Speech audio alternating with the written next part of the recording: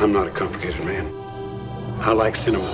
Spent that whole summer with me in my room watching movies every day. I love the movies. I love the movies. I love the movies. Welcome The house. Of 1,000 movies.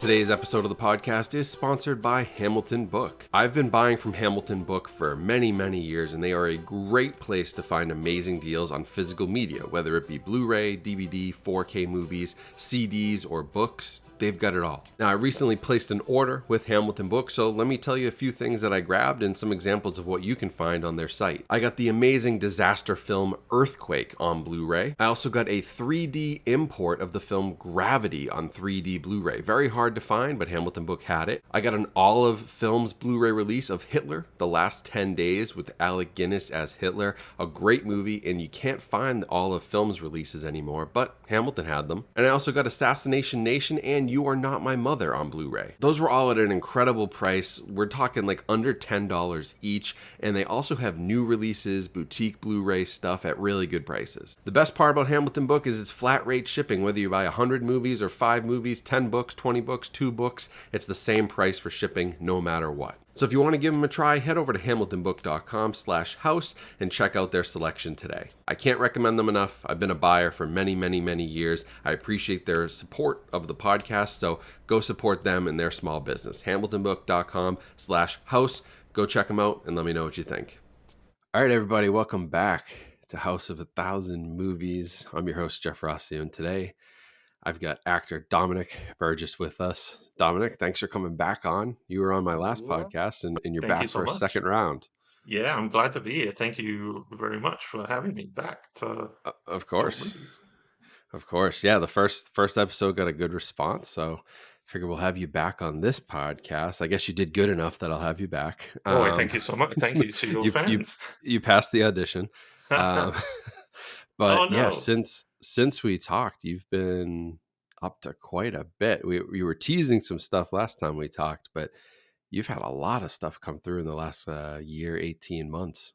Yeah, it's a little deceptive. It's all smoke and mirrors because we had the strike that Right. was going on, and so a lot of stuff, I guess, got bottlenecked. A lot of stuff that we were filming before the strike then got held, and then a lot of stuff sort of barrel rolled out at the same time. So there was Rebel Moon and American Horror Story and Palm Royale all sort of came out. Bop, bop, bop, bop, bop. So it looks like I've been much busier uh, than I was for those 6 months. But now we're back. We're back and we're working and onto new ventures. Yeah, I loved American Horror Story and your character. I didn't know you were. I don't think I knew you were in it because I don't think we had talked that last time. It might have been too early. Oh, And so I'm just sitting there and I'm watching it, and I was watching it with my wife, and I went, wait, I was like, that's my friend. I know that guy. well, maybe that's on me for not promoting it well enough.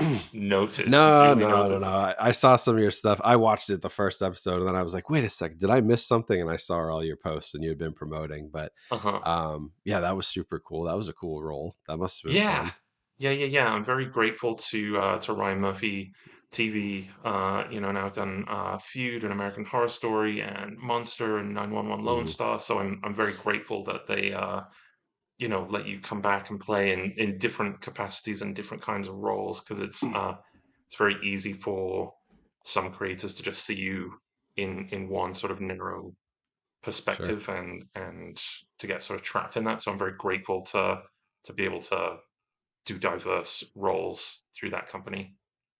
Yeah, well, he's seen you in quite a few different lights now. Those characters are all very, Yeah, I'll take very it. different characters. Yeah, but super cool. And then Palm Royale, I had a friend recommend it the other day, and I haven't had a chance to get on Apple TV yet. Uh-huh. But they actually just brought it up out of the blue, and I said, "Well, I know that show because I know a guy who's on it." So, Uh-huh. you did promote that one well because I saw lots of clips about I that, and did. I mean, it's on my list.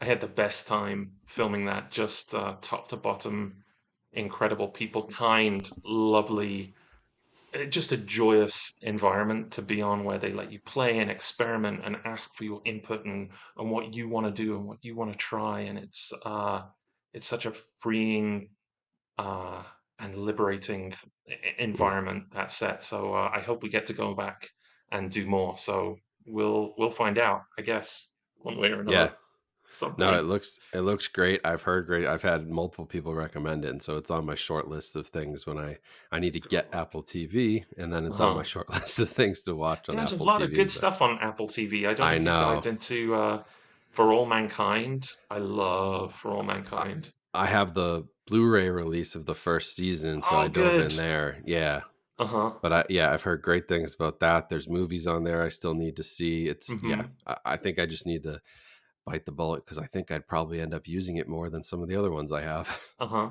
Yeah, yeah, yeah. It's good. It's a good platform. It's one of my favorite of the streamers. Well, I'm gonna have to check it out. Yeah. Um, but today we're back on, and I had asked you, right? So for this podcast, it Mm-hmm. was I'm just kind of celebrating movies that I love, and when I talk to guests, I just want to do the same thing. So Uh-huh. it's just what's a movie from childhood, or a movie that inspired you, or a movie that's just been in your top five forever. And you picked a solid one, a relevant one for collectors of physical media as well Yeah. because of the recent release. But today we're doing Aliens, 1986, James Cameron, Sigourney Weaver.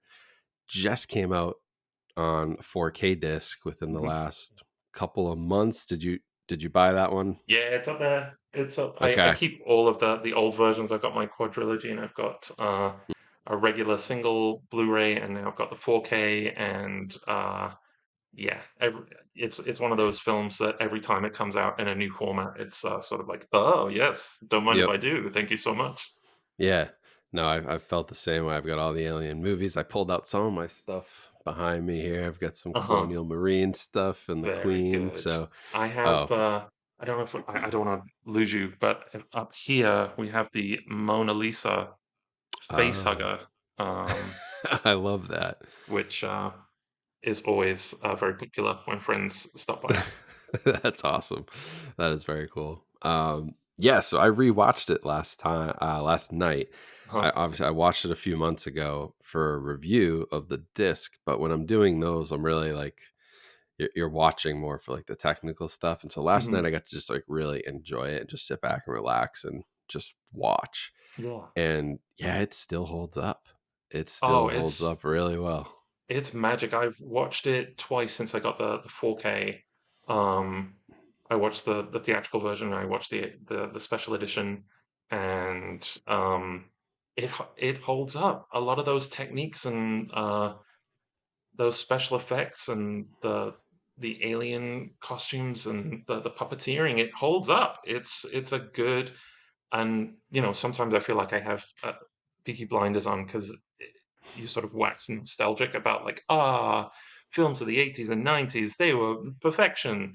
But I really do, and as an actor, I love being on sets where stuff is tangible and you can just pick something up and touch it and hold it, and um, it's it's it's a lot of fun as an actor to do that as opposed to acting against green screen and tennis balls and whatnot. Right. Nothing against tennis balls or the volume. I'll do it all. But I love that visceral filmmaking. Yeah, I think it's very much like Jurassic Park in the way that just it's going to be timeless because of the practical effects. And when you do Hmm. those so well that yeah, even we're going on almost 40 years. In a couple of years will be the 40th anniversary. Yeah. And yeah, for most of, I mean, other than the obvious, like the little CGI moments where the ship's kind of flying in and things, which honestly don't even look, those are pretty impressive for Yeah. 1986 as well.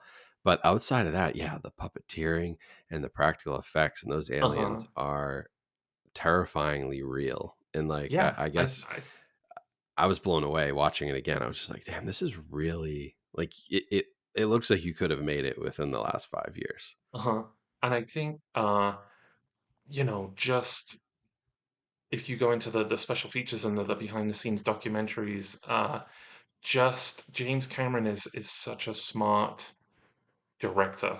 He's a technical director, but it doesn't read technical on screen. It reads I don't know how to describe it, but that the face hugger scene with Ripley and Newt, and if you go into the special features, you hear some of the people working on it being like, well, hold on, because like we got the sprinkler system going and there's going to be water. So if you shoot this in reverse, then the water is going to be going backwards. And James Mm. Cameron's like, no, because it's so fine. The mist is so fine. It's so quick. It's not going to read on camera. And then they piece it all together, and it's a mix of, a lifeless puppet and then an animatronic that's pulled on a wire with the fingers going, and then it's a reverse shot of the puppet coming off a face, and it's so seamlessly put together that you don't see the work on Right. screen. It looks so real, but it's so thought out behind the scenes, and I love that sort of trick of the camera in real optics. Yeah, that is a great. I'm glad you brought that up because I remember seeing that special feature Hmm. on that scene. I don't know whether I stumbled upon it on YouTube or I had watched it maybe a couple months ago when reviewing the disc. It's been that's one that I remember, and I wasn't even thinking that last night. Like I knew that was shot in reverse, but you don't even catch it when you're Yeah. not think it's so seamless. It's so flawless. Uh-huh. I'm glad you brought that up because I totally forgot. But that's a really, really cool like anatomy of a scene type special feature. If anyone out Yeah. there wants to really see a breakdown of like James Cameron in his element, that one's It's really, really so good. good. And then there's another one that blew my mind that I didn't know before I watched the special features when they first go into the nest, when the Marines are first going to find the colonists. And it's an in-camera miniature model in the top half of the frame with the sort of the nest walls. And then, they've set the camera up far enough that the cast looks small, and it's just this miniature model that's in front of the camera. Um, it's magic. Filmmaking like that is incredible. Yeah, no, the ingenuity of everything you had to do before. I mean, they had computers, but they didn't have computers. Yeah. The all of that. It reminded me of, and he was probably inspired by some of this, but like some of the Star Wars, the miniature models, and the way those Hmm. sets were built, you could see some of that influence coming through Yeah. there. It was it's very sci-fi compared to the first movie, which is very much horror, and this is Uh-huh. very much like sci-fi war movie, which Yeah. I guess I had kind of forgotten too. Just Aliens always pitched, and I'm getting hyped for the new one to come out, and I'm like, it's Fede Alvarez, it's gonna be horror, it's the Uh-huh. isolation horror. This is really like it's like sci-fi apocalypse now or something. Like it's built differently. Yeah, but I appreciate that that it is so different, but Yeah. it still lives in that world, because I think not a trap, but there might be, maybe it's more studios today, that pressure to, this is what worked before, and now rinse and repeat, rinse and repeat. This is the same story, and it's so different, but it's set 57 years later, and you see the sort of advancement in technology, but it's still gritty and dirty, and it feels like the same universe. It's just so Mm. much expanded, and the character of Ripley is expanded so much. To go back to the theatrical edition and the special edition, usually I always go for the special edition where Hmm. possible. There's a beautiful scene with Paul and Sigourney towards the beginning, where he comes in and he tells her that uh, his daughter is dead, that she died, no relatives, and it's that sort of cheat in camera where it looks like she's sitting in a forest, and then you realize that it's a boop, boop, and the screen goes off, and they're in the space station. And um, I think I read an article that Sigourney was so disappointed that that scene had been cut out of the film, because it really showed her sort of machinations towards Newt and her feelings towards Newt and being a mother, and then it ties in with the alien queen and the nest, and what it means to be a protector, and it's on surface level, yeah, it's Marines and aliens, but Right. on a more, you know a smaller character level, it works so well too.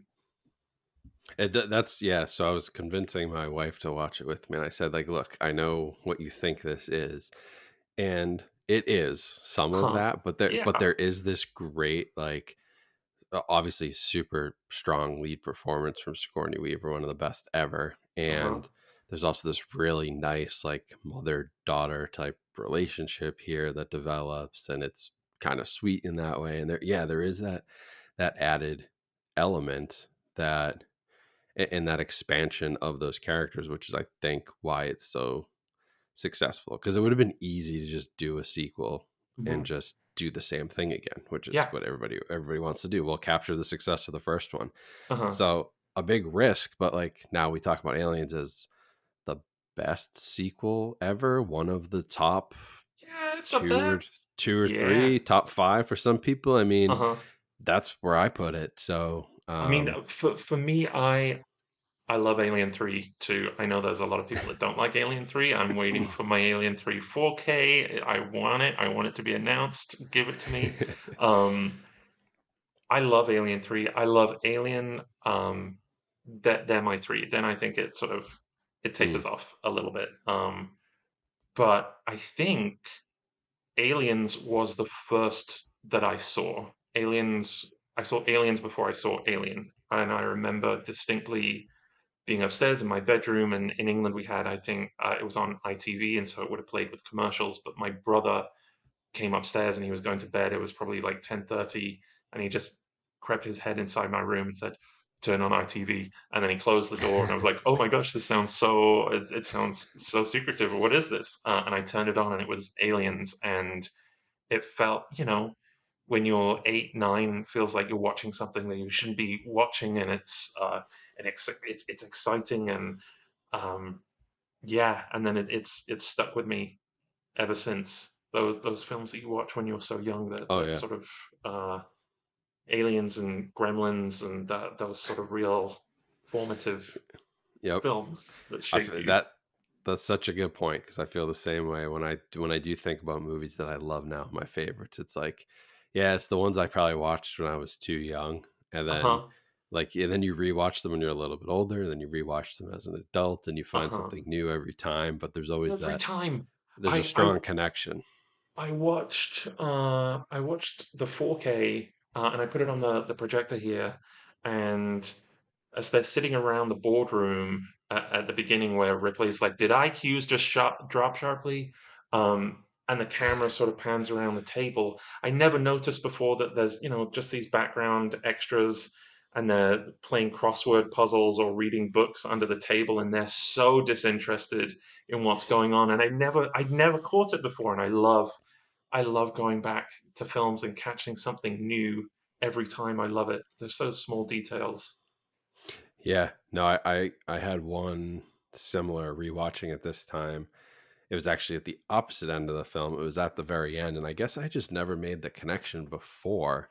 But I I feel like Steven Spielberg might have ripped off, like, so the T-Rex scene Uh-huh. in Jurassic Park, where they're kind Yeah. of waving, they're trying to get the T-Rex away from the kids, and they're Right, right, doing this right. very Oh, and distinct she's like, wave. "Here, here." Yeah, Uh-huh. and Oh. it's the exact. I just was watching it last night, and I was like, oh, Oh.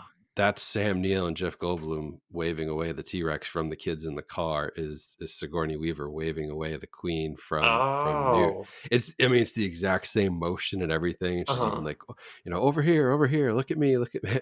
I was like, that is Oh, I really never cool, noticed because you that. could, whether it was on purpose or not, if you watch those two back to back, it's Uh-huh. like, oh, that's clearly inspired by, or just, and maybe subconsciously, right? You Yeah, see that, yeah. and then you put it in your movie. But Uh-huh. that's what I caught this time, which I thought was so cool, because I was like, damn, that's straight out of 7 years later. Spielberg reused that in Jurassic Uh, Park to just as great an effect.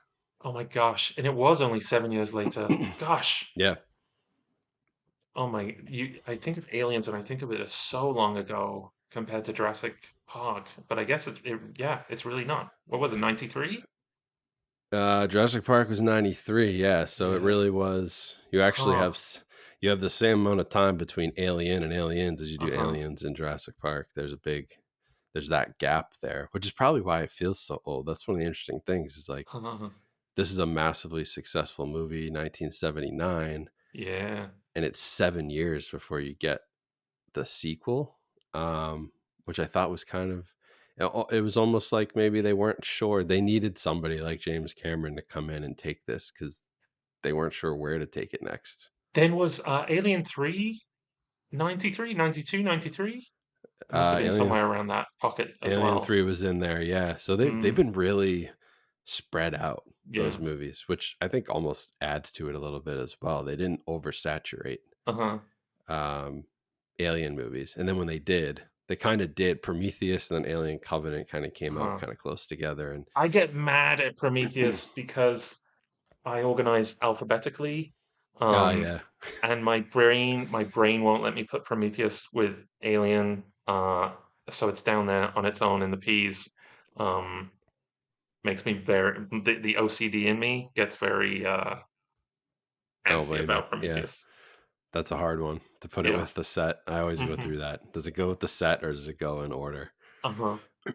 But yeah, these were so it's kind of interesting because this one, just some background notes that I pulled. Um, so yeah, 7 years after Alien, you get James Cameron. James Cameron is coming off of Terminator in Hmm. 1984. So like this man has two of the greatest sci-fi movies back to back. He goes Terminator to Aliens, and just Hmm. I think after that, just this kind of established him as okay, this is the sci-fi guy. Like Yeah. this is the guy who gets it.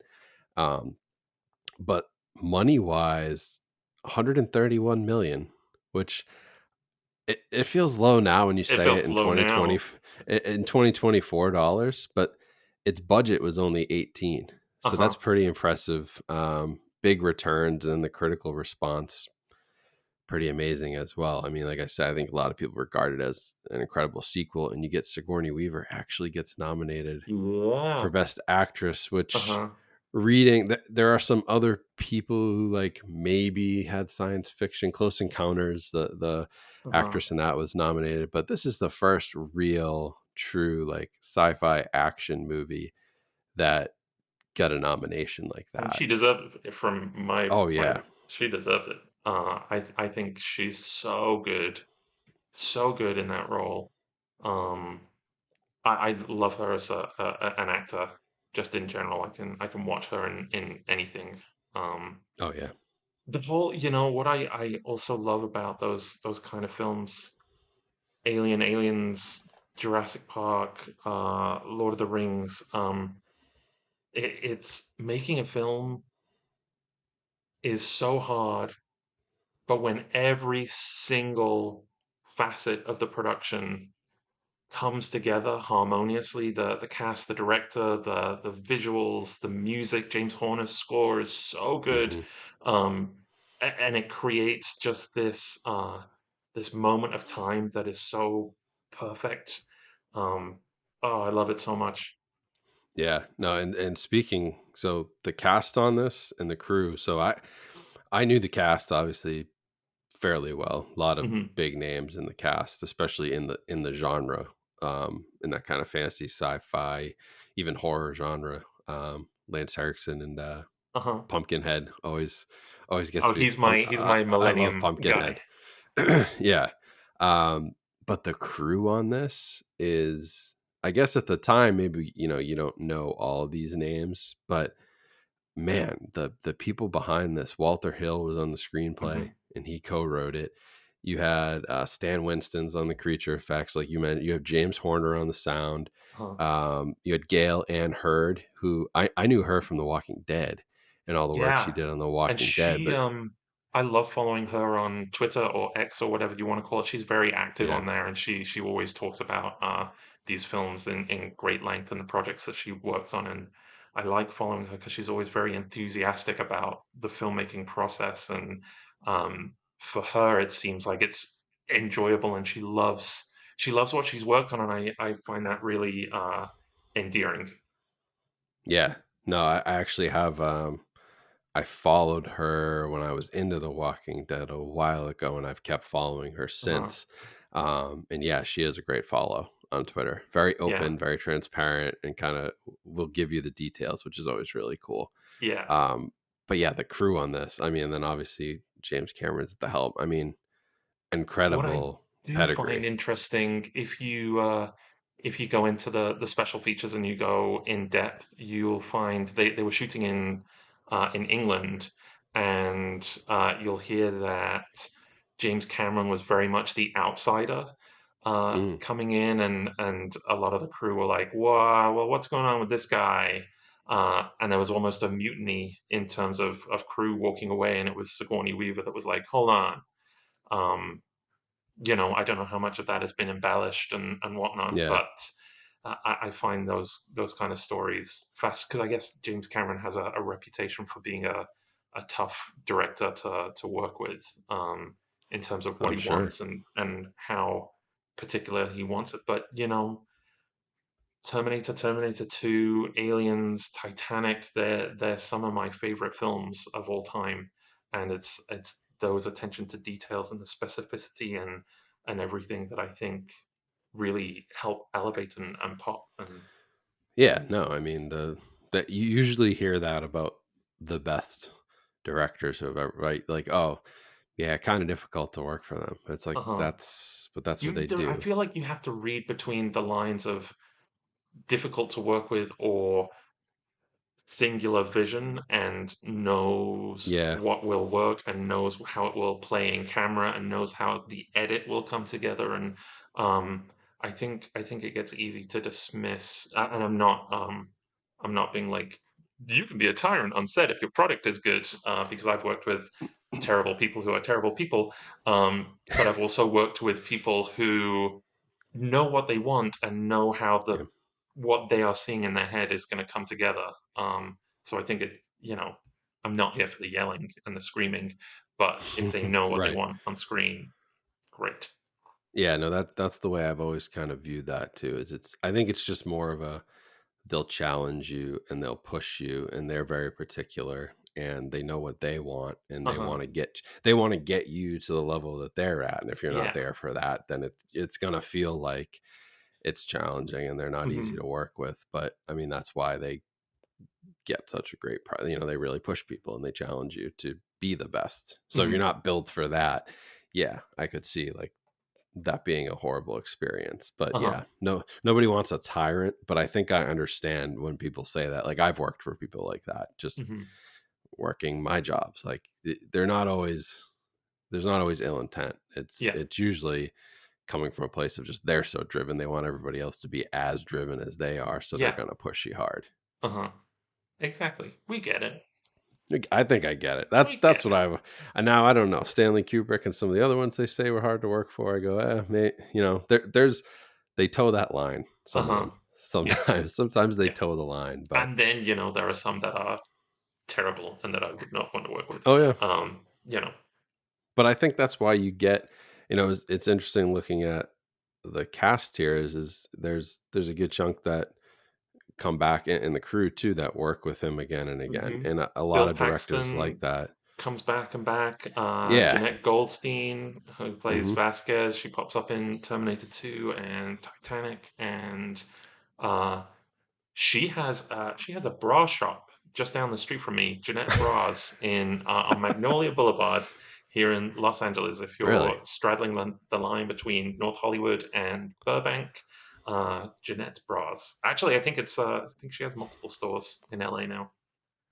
That's crazy. But yeah, I mean they get a lot of people to come back. I mean, Sigourney Weaver's obviously been back. Hmm. Even I'm gonna get his name. I always say his name wrong. Michael, is it Bean, is it is it Bean? Michael Bain, Michael Bean Bain. Bane? That's I go back and Between forth between them, Bane and Bean. Yeah. uh-huh, But yeah, I mean he was in Terminator and then comes uh-huh. right back into Alien. So clearly there's something there, right? These people And like Abyss, working right? with He did them. Abyss too. Yeah, you're right. Yeah, Yep. uh-huh, Yeah, it was fun. Bill Paxton was a funny one because I last night I was like, oh, see another guy who works with James Cameron. And my wife was like, what else is he in? And I was like, Titanic. She's like, he's uh-huh. not in Titanic. He's not in Titanic. And I She was like, didn't think well, he was in Titanic? no, I was like, no, not the. He's not. He's in the submersible. Uh-huh. He's on the boat. Like Yeah, yeah. he's not in the story, but he's part of the movie, right? He's not Uh-huh. Leo and Kate. And she was like, oh yeah, that was him. Yeah. And you And kind of True forget. Lies as well. He does True True Lies. Lies. Uh-huh. Yeah, so these people, he's got this cast of characters, kind of like a Scorsese has, or Tarantino, or Uh-huh. any Spielberg, like they get that working relationship, and this was kind Yeah. of, it's funny, this one's pretty early on for a lot of that. A lot of what came out of this was Cameron's career just taking off, and then all of these people kind of coming back Hmm. for other roles. So it was really a big launching pad for, like, I don't know what Bill Paxton was in before this, but Um, had he done Near Dark before this? He'd done Terminator 1, I guess, with him. Near yeah, Dark, the vampire I film, think, I think he'd I feel done. like Near Dark was Was after. it after? Oh my gosh. Now I'm gonna have to look it up. Yeah, Near Dark was 87, so it was a year Was it? after. Oh Yeah, boy. but Yeah, he then I couldn't tell you. he killed me in this movie. Bill He's Paxton so is so good.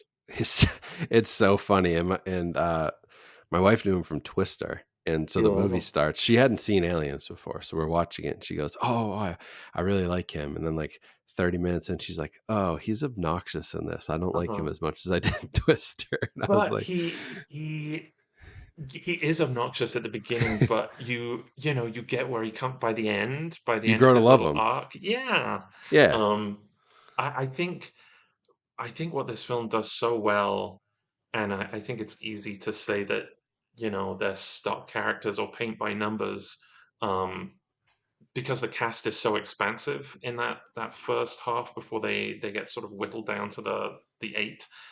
right. Um, but the cast fill out those roles so well with such little material. I quote, gosh, I don't even know the actress's name, but I quote it all the time, like in the pipe, 5 by 5.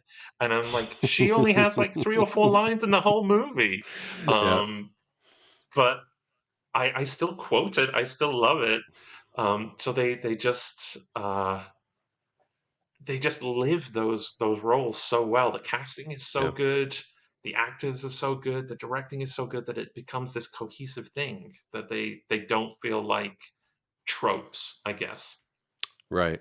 Yeah. Even though I mean, I think maybe that was intentional. Like they do they start that way. They kind of frame them that way. Hmm. It's like, oh, Bill Paxton's the loudmouth, and we got, the tough girl, and we got, the big guy with the machine gun, and I'm going to be the Uh-huh. big tough guy. You know what I mean? Like they do.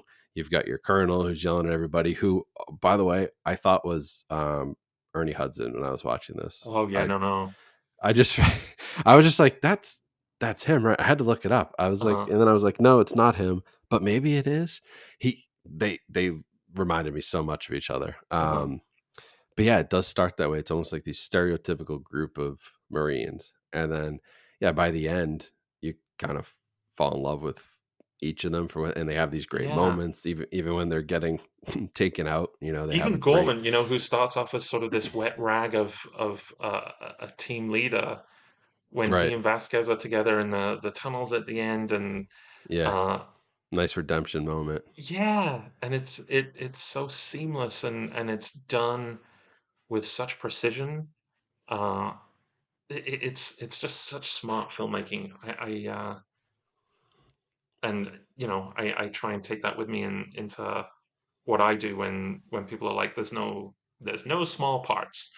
Um, is Yeah. there really is. You can create something magical with such little material. No, absolutely, and they definitely everybody who's in this has moments. I don't even know some of their names, but I remember the character, and I remember that Uh-huh. that even if you're on for a minute, I mean the woman who flies the craft in Hmm. originally when they do kind of the dive into hell or whatever Yeah, they yeah. call it. Yeah, Like she's even the 5 by 5 in the yeah, pipe, she has but right. where's the She has goddamn great beacon? moments. She Yeah. has great moments. Uh-huh. Yeah, that every little piece of that, like the whole cast really vibes together. And I guess I was reading, they spent a lot of time together first. Like they almost went Hmm. through like a military training type deal Oh, to get interesting. that kind of camaraderie. Uh-huh. And they filmed the first scene where they're all introduced together, and Ripley's meeting all of them, whatever. You get all those personalities, and they're kind of like, you can kind of tell that they've been through this before. Like they have that Uh-huh. real group feel, the Yeah, yeah, yeah. chemistry. he filmed that last so that they already Huh. had that built up, which I thought, like, those are the kind of little details where it's like you wouldn't think, but yeah, go through a 3-month shoot and do all this and then film that scene last, and the Uh-huh. chemistry's there and the camaraderie's there and they know the characters really well, and so it Yeah. kicks off with that versus that being shot, in order or towards the beginning, which me as an amateur who doesn't know anything, I would have been like, well, yeah, we got to do the intro scene, Uh-huh. first. Like, we got to get this out of the way and then move on to the good stuff. So even little pieces like that really set up the characters really well because they flip things around and filmed in a different order. Yeah. It's so smart. And I from the 4K that I watched, I know there's been it sort of split a lot of people down the middle I did about want to whether ask you about it. Yeah, I mean, our setup, I'm in an apartment, so I can never blast the speakers whole sure. hog, because I'm a considerate neighbor. Uh, but I thought that it looked and sounded great on my screen, especially everything in the nest, everything where they have those sort of neon pink pipes. I noticed details that I'd never caught before. Hmm. I didn't have a problem with it visually whatsoever on the 4K. I know some people have. I haven't dived into the True Lies disc, which I've heard is the is a major culprit of bad restorations. But I thought Aliens looked beautiful. Yeah, no, I've watched it on two different setups now. Mhm. Because I originally watched it down in the basement with the OLED TV and the surround sound and everything, and that was for the review. And I was like, "This is, yeah." I thought it was fantastic. There are scenes in there, and maybe they cleaned them up, but like a little bit. But boy, do they look pristine. I mean, Yeah. as good as I've seen them. That movie is 40 years old, and it Hmm. doesn't look a day over 20. Yeah. Yeah. Seriously, I love it. I love going back. I think sh- going back to some of those old films, 70s, 80s, yeah. some of the restoration work on them. Jaws looks so good. Hmm. Um, yeah, I think this looks fantastic.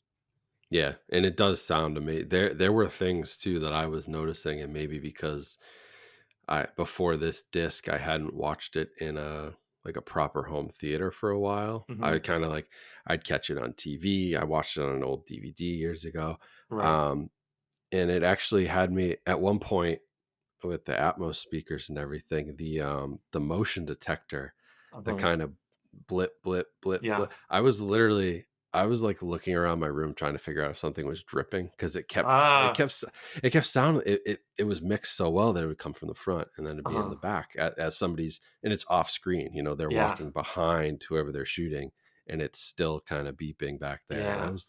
I was literally like, is something dripping in my basement, because I'm gonna have a huge problem if Uh-huh. so. But yeah, the sound design on it is just near perfect. I don't know, like, I think it won, I'm looking at my notes, I think it won an Oscar Did for it. it? Best sound editing and best visual effects. It took both of Ah. those home, and I fully agree. The sound is, and maybe it's enhanced by this new restoration, but Uh-huh. it's perfect when you get those aliens coming down from the top of the Yeah. ship I and through the wish vents. Oh, my dream is to have a little home theater set up in a like if I ever get a house and a garage is to soundproof the garage and turn it into a movie theater because our surround that'd be sound great. is pretty small again because we have neighbors above and below, so I never want to Sure. crank up the bass and the surround and Yeah. be that guy. Um, but everything about even the alien queen looks so good. Hmm. The power loader looks so good. I one of my first jobs out here was a commercial where I was in prosthetics for Stan Winston Effects, the house now. I think it's Legacy Effects now. And I remember going in there and they had the Terminator exoskeletons and they had aliens and they had Oh, and so cool. I love that stuff. I Hmm. love it. And then there was recently an exhibit here in Hollywood at Hollywood and Highland, I think called Masters of Darkness, and it's a collector with a private collection of all these costumes, and they have face huggers and alien eggs and everything Hmm. that was used for picture in these films. The gremlins that they have are all sort of decaying and rotting because they're so old. But yeah, I love that. And then to see how they did the Alien Queen, there's behind the scenes footage of guys like in trash bags as they're figuring Yeah. out how it's going to move and who's going to be moving what. And it's like one guy strapped to another guy's back, and one guy puppeteering the small arms, and another guy like with rods on the big arms. Just and again, it's that expansion of what Alien had set up without retreading ground, and Right. them talking about the life cycle, and you learn more about the aliens and like who's laying these eggs, and then the way they did that with miniatures with you know egg like little eggs in this sort of miniature cocoon. It's just such smart filmmaking. That was actually one of the fun facts I was going to bring you to the end, but Oh, I'm I'll so bring it sorry. up. No, no, no, no. You're good because this ties in. But that queen, that is probably one of the most impressive things that's maybe ever been filmed. It said, this is according to the internet, but it said there were 18 people that operated 18. that. 18 people doing the puppetry and the animatronics and controlling it, and yeah, just basically crawling all over this thing to make it move and Uh-huh. work, which is, I mean, it's insane to have. Yeah. Getting 18 people to do anything in coordination is quite the feat. Uh-huh. So never mind to have to film it and cut it up and actually tell it what to do. You can't get 18 people to walk in a straight line. Yeah, yeah. So it's very, very impressive. That might be the most impressive thing of the movie. When that thing breaks loose and Hmm. starts coming after, it's terrifying, but also so, so cool. Like unlike It's anything you've seen on screen. just that fight with the power loader, and you've got the inner jaw coming out, and the Mm. sound design, and knowing then that you've got a person inside that power loader with Sigourney Weaver on top, and then the puppeteers in the suit, and then just shooting all of that to make it come together. And it's it's not just filmed from one angle. You have the shots of Newt under the grates and looking down, and the fingers, Oh and yeah. it feels real and tangible. And that's I love that stuff so much. Yeah. I mean, it's borderline engineering even Uh-huh. more than Yeah. filmmaking. Like it's, which I think that is James Cameron, right? I mean, the Titanic. I feel like he just wanted to see the Titanic, and he was like, "Well, I'll make a movie about it while I'm down there, right? I Yeah. guess I'll make a movie to help fund this." Like And he's an again, engineer. He just loves doing that stuff. it's the I could talk about Titanic too. Just that seamless merge of CG and practical effects and Yeah. models and scale, and it's fascinating. There are certain films, Aliens being one of them, Lord of the Rings, Titanic, where I will watch the movie and then I will immediately go to the menu and I will put director's commentary on and I will go through it all again. And then Lord of the Rings, I will go through it again with the cast commentary, and I will go through it again with the production.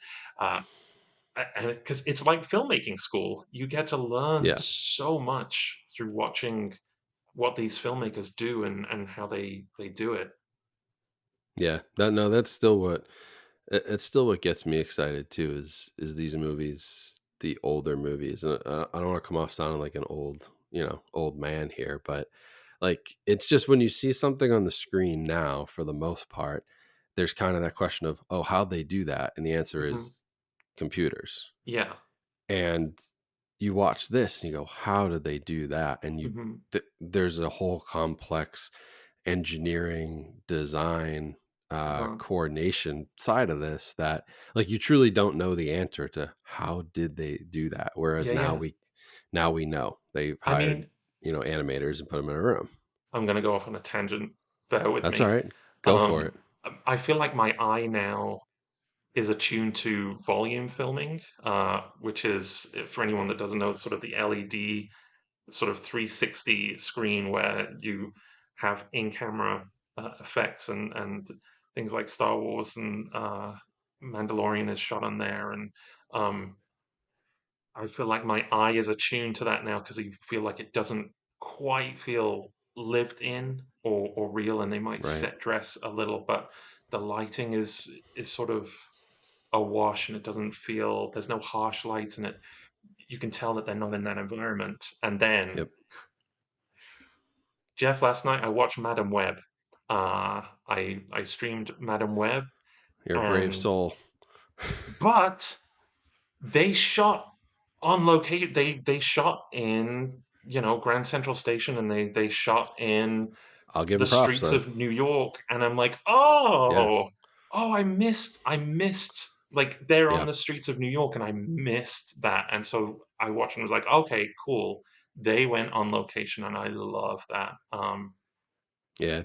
I do Anyway, like that. that's my tangent. No, I haven't seen Madam Web, so I was just going off of the internet, which I shouldn't do. I should watch it Well, props to myself. the location manager, um, Okay. because they had stuff in New York that I was like, oh, and I Yeah, found it's myself watching, real. being like, huh, I wonder if they Yeah. locked down a street. I wonder if these are extras. I wonder if the cars in the background. I wonder what the extent of the set uh, Right. was before. But it looked, yeah, Well, props to. that's the thing. Whether they're even if they're not on location, at least they were building Mhm. sets. And And then they were this is smart too.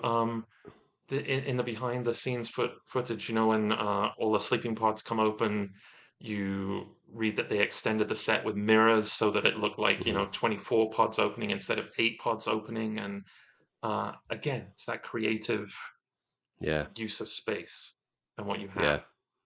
I do. I miss some of that. I mean, there have been some movies that have done it well recently, but it's harder to name them than it is to go back and just name stuff like Terminator and Aliens, the original Star Wars Hmm. and Jurassic Park and all the great stuff from the 80s and 90s. And yeah, you're right. I think my eye has been trained to kind of see through that sort of that that digital set Uh-huh. as well, because you can't it's a different look and Yeah. it's a different feel. You're right, I've it's too clean. It is. I get I watch something, and then they're supposed to be on a hillside, and then you see, the specks of dust floating in the air, and you see that people's hair isn't moving, and you see that it's so static, and the Right. lighting is sort of a little flat. And I did some work on a volume set on and off for about 7 months, and even as a performer, it's sort of it's magical, and it's great to be there. But after 7 months on and off, you're kind of like, oh, I wanna be outside, and I wanna why aren't we filming in a forest? Why aren't we Yeah. outdoors? I don't know. I don't No, know. I think a lot of people feel that way though. I've even heard like Ian McKellen said that about like the Lord of the Rings versus the Hobbit movies and how Yeah. much he missed just being on a practical set on a Mhm. location versus standing in front of a green screen. It's Yeah. yeah, I think that ingenuity and the creativity it's there. There's filmmakers who still have it, but Mhm. I don't want to say computers have just made it too easy and CG's made it too easy, but it almost because if you want 24 eggs, you just design 24 eggs. You don't Uh-huh. design 8 and then get creative with mirrors Yeah. and make it work for the budget and the set. And you don't build minis anymore and all this stuff that was just so Yeah. cool. And they built this whole set, like that whole colony, LV foot, like that thing was built. Uh-huh. All of it was built, whether it was some of it was miniature, but like Peter Lamont built it on Pinewood Studios. He Yeah. turned this studio lot into the space that you saw, and like, Uh-huh. yeah, it felt real and lived in, and it felt like it had been torn apart by xenomorphs, and Yeah. like people had been, killed in there, and it was dark and it was gritty, and yeah, I don't think you get that same feel And without it's that. the it's not that I don't have a problem with CG and the volume. I No, it think when is. it's when There's a there's good place for it too, and it does a lot of yeah, really cool I think things. it's when it sort of just becomes the go-to, or Yeah, it just becomes the reliance on that. Whereas if you right. watch something like Aliens, where you have this this mixture of miniatures and rear projection when the dropship crashes, and Hmm. the miniature APC, and then like the sets and the puppeteering, and it all comes together to create a cohesive whole, Right. where Yeah. everything comes together. Use all the pieces versus just relying on the one. Yeah. Because yeah, I do feel that, and that's the movies that just rely on that are just a CG fest. I'm like, it's kind of a Hmm. snooze fest for me. I love the occasional one. Don't get me wrong. Seeing Godzilla like fight King Kong on a screen, Yeah, and it's great. Like, amazing. You can't do that 50 years ago. You just uh-huh, that movie doesn't exist. Well, it does, but they were miniatures, and uh-huh. boy, those are nostalgic. But they did not look they Yeah, did not look great when they did it. Like they're much cooler now to look at. But uh-huh, I know what you're saying. Yeah, just a mix of all the tools available makes for a better product than just CG it, CG it, uh-huh. CG it. Just the default. It's just to Yeah. go there, and I do wonder sometimes if that's why like budgets are so high too, because that's expensive. Hmm. It's expensive work to do and render and everything, and like Yeah. these movie And budgets seem to then have gotten blown out of proportion.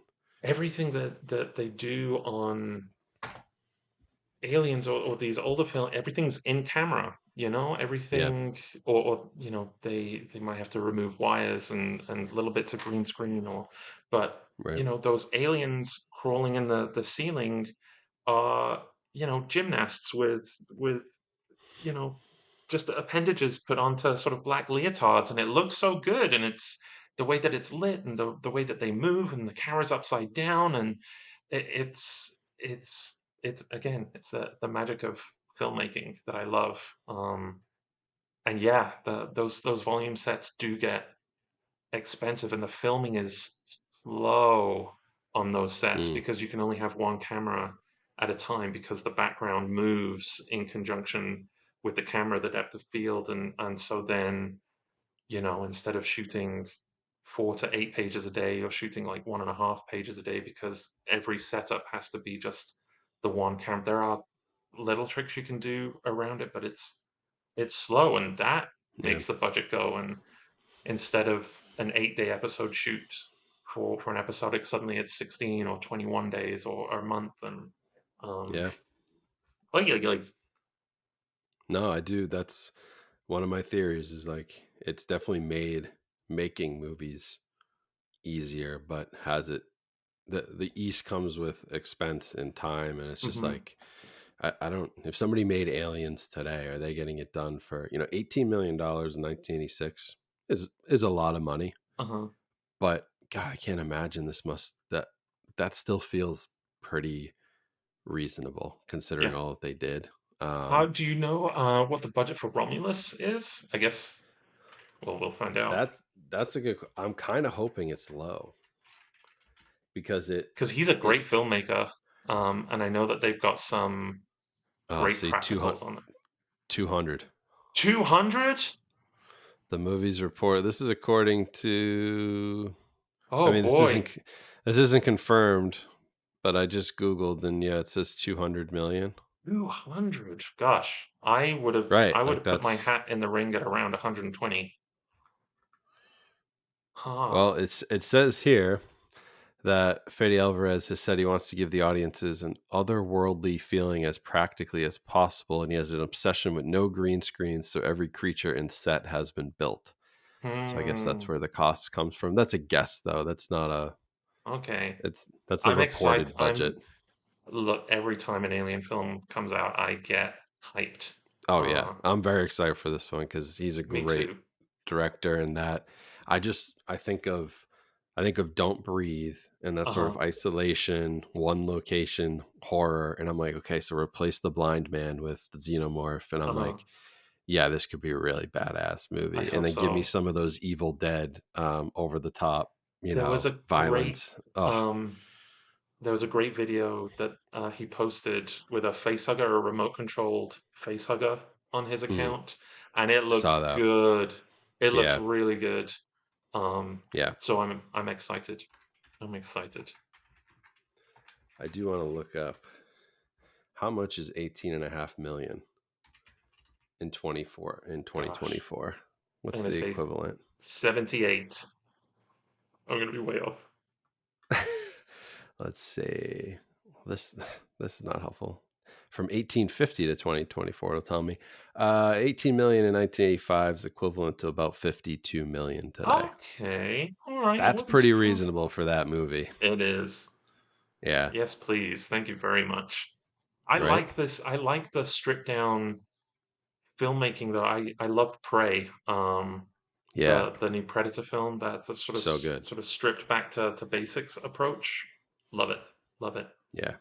I'm Um, hoping that's where they take this one, and I'm really looking for the I love the horror stuff, and I have a uh-huh, feeling based on the clips I've seen so far, they're going it's going to be horror sci-fi as much as any action. I think they're really going on the like isolation uh-huh. horror, like deep Speaking of space type isolation, I don't stuff. know if you're a gamer, but Alien Isolation is a fantastic video game. That's yes, I've played. I didn't know if you knew, but that's why isolation kept coming to mind because I was like, I Uh-huh. would love for him to sort of take that and Yeah. do that in the movie because that Uh-huh. game is terrifying. It's so It's good. just, I still throw it in and I still play it. yeah, It's a goodie. it's an excellent game. Probably one of the best based on a movie. There's been some Mhm. stinker alien games too, but that one's really, really I good if you guys had are fans. I had the old Alien trilogy games on PlayStation, I think. Hmm. And I remember at the time I loved them, and then I think I got a port onto a PC version. I was like, oh no, oh Yeah. these were not good. My memory Yeah. has failed me. No, Alien Isolation's great. Just that working your way around the ship while you're just constantly being Hmm. stalked is, yeah, it's everything that terrifies you about. It's Colonial very much like the Marines, that's the first other Alien. one. That was I never Yes, finished Colonial Marines. I think I started it and the game was so buggy that I that's was what like, that's what this is from here. is I don't know it? if, yeah, that's the little Oh, but that's alien. beautiful. It's cool because it's got the front loader. If you Uh-huh. guys are just listening, I've got it's like the I guess what would you call this thing? Just the exoskeleton suit or whatever. But with the xenomorph like Uh-huh. jumping on top of it. It looks like the scene at the end with the queen at the end of Yeah. Aliens, but it's actually just like a generic marine and a generic xenomorph, but I still have very cool. I have a power loader that will sit at the top of my Christmas tree every year. That's my I tree love that. topper. Love it. Well, I want to end here with some fun Sure. facts. I gave you a couple, but I always Yeah. love to hear people's reaction. This is just me because when I watch a movie, maybe this is just my own insanity, but I immediately open IMDb and go to the trivia section because I'm Oh, always just okay. that's just what I don't know why because I always find something neat in there about Uh-huh. hey, this person was supposed to be in this and wasn't, or and then you Uh-huh. start thinking, but um it did say I touched on this briefly, but it did say that James Cameron drew some inspiration from Vietnam War movies, Uh-huh. focusing on that theme of overconfidence Hmm. and kind of underestimating the enemy.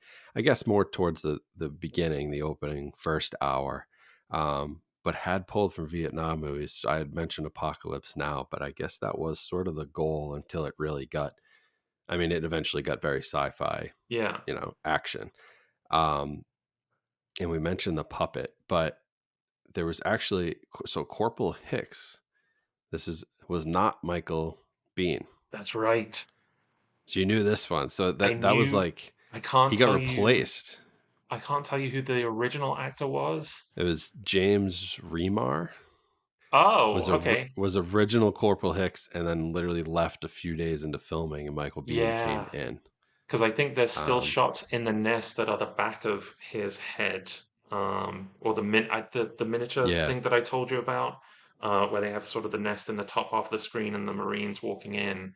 I think in the one of the commentaries or someone had mentioned that it's still the original actor sort of walking in, and um, yeah, yeah, it's pretty. I can't imagine it being played by somebody else, but uh-huh, I guess yeah, he brought him in based on Terminator. They needed somebody. This guy leaves the set a few days in the filming. They need somebody. He brings him in from Terminator, and he killed that. So that yeah. was I guess we'll never know what it I could always have get been, but it heartbroken definitely for works out. Yeah, I get so sad for those actors that do I get know. hired on something and then, to Imagine being on Aliens and then not being on Aliens, or being Right. Eric Stoltz and then not being in Back to the No, Future, that's the one I always think of. or Yeah, I think Viggo Mortensen stepped in last minute for Lord of the Rings as well. I believe Was so. Yeah. was it someone Townsend he stepped in for? I can't remember the actor's name, but yeah, I think he was a last minute step Stuart in. Townsend. Stuart Yep. Townsend. He got replaced after 4 days of shooting because Uh-huh. Peter Jackson thought he was too young.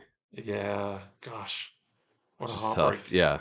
That is a heartbreaker when you God, I can't imagine. Can you even watch those movies? It's like No, I you wouldn't just be able watch to them and do it go, as an actor. yeah, No, right. no. There's stuff that I've Uh, auditioned for that I've been like, oh my gosh, I want it so much, and it pains me so much to watch them, and then sometimes I'm like, oh yeah, I see it. Yeah, I get why I didn't get it. That person is perfect. Or I'll watch it and be like, oh, it was a terrible movie. I dodged a bullet. Um, um, yes, sorry, I yeah. derailed your trivia section. No. That was other than that, I had, the Sigourney Weaver getting the Academy Award was huge. The Mhm. 18 people working on the puppet. And then I think I mentioned this, but it does say that the actors that played the Marines, they did 2 weeks of intense military training and they learned how to handle weapons and do all the Huh. tactical maneuvers and everything to enter the colony for the first, like that was all legit. Like they Uh-huh. trained in that for a couple weeks and it built that kind of camaraderie between the crew, which you definitely felt like those guys had been on 40 Yeah. missions together and we're just seeing one of them, I which have is some really trivia cool. for you. Um, Shoot. The the smart guns, those big long guns, Yeah. they're on Steadicam cranes that they would use for cameras. So they're actual Oh, like really? camera operator cranes that they load those guns on, and everyone's like, "You can't put that on camera. That's going to look awful." And James Cameron's like, "Watch me," and it looks great. Looks That great. rig for those smart guns, very Oh, smart. yeah. I would have never guessed. I figured those were built for that specifically. Yeah, no, Um, they're Steadicam rigs, or like rigs there for you go. camera at the time. No, I had no idea. That's super cool. You know And what that is my cool too? The technology in this. I think you mentioned it, but like it doesn't it's not super futuristic, but it's not super old. It's almost like just an alternate timeline of everything uh-huh, was a little bit more like steampunky and industrial than yeah, like the digital stuff we have now. But that like holds up too. Like yeah. is which is tough for a sci-fi movie 40 years later still hold up like tech wise. I think there's something about that retro tech that Yeah. holds up. I don't know if you ever watched the Battlestar Galactica reboot that they did on Hmm. Sci-Fi Channel, and I've seen some of it. Yeah. that's sort of like real tech, and they're using like corded phones because anything too futuristic has been uh, sort of monopolized by the Cylons, and I like that tangible. I like keyboards and I like old screens, and Yeah. I like that gritty messiness, and knobs and buttons, and I dig that. Um, there is one. I don't know if you've seen the Burke deleted scene at the end of the movie. I don't know if it's on the disc or not, or if you have to track it down on YouTube. Um, but this was one of my, because I'd seen the special edition, and then Hmm. you know pre-internet exploding, you always see these rumors of like, oh, there was a scene where Ripley finds Burke and he's cocooned, um, and that exists. It's just like a 45-second scene where she's gonna rescue Newt, and Hmm. she's going through the tunnels, and then all of a sudden Burke's hand shoots out, and she's like, oh, and then she hands him Oh. a grenade, and then moves on uh, moves on away, and they cut it for the life cycle of the alien would have been too quick for him to have been impregnated by a face hugger and to feel it growing inside him, because he's like, I can feel it moving inside me, and she hands over the grenade as an act of grace for him. Hmm. But still a No, great that's deleted scene, but I get why they cut it. he deserves the grenade. So Yeah. There's that's a the new I Alien kind of comic wish. book. There's a What If Aliens comic book that just started last month, I think, which is a What If Burke Survived comic book, that I think Marvel is spearheading. I haven't read it, but I'm gonna wait for the trade Interesting. paperback. Does anybody want him to survive? I guess that'd be my question. I wanted him We'll gone. find out. I was like, this guy can go. Keep everybody else. And I love the switch up on the android too. I love that switch up, that the whole time you're kind of expecting he's gonna do something bad. Yeah. These are bad. These are horrible. And it ends up actually being the company guy who's bad, and we actually have a helpful android, which Yeah.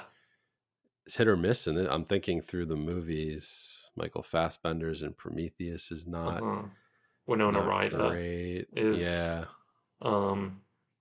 And Lance reprises his role twice in Alien 3. Yeah. They've got the sort Yeah. of melted animatronic, which I think is great. And then there's the human version of him, which is the bad guy. Right. But yeah, I thought that was nice. So if whenever the AI overlords take over, I'm going to show them this one and say, see, there were things we did where we had some faith in you.